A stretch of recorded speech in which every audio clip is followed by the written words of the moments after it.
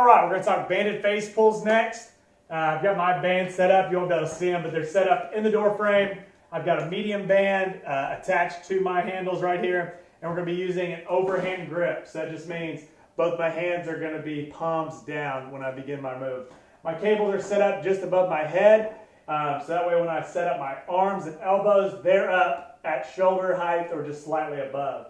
As I begin the move, I'm pulling my elbows back, my hands are staying inside, and just as the move suggests, I'm pulling towards my face. My elbows are staying high the entire time. My hands, again, are pulling towards my face.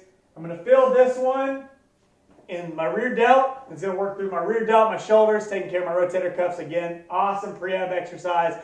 Awesome move to add in with a nice superset on other movements you might have. So again, this is the banded face pull.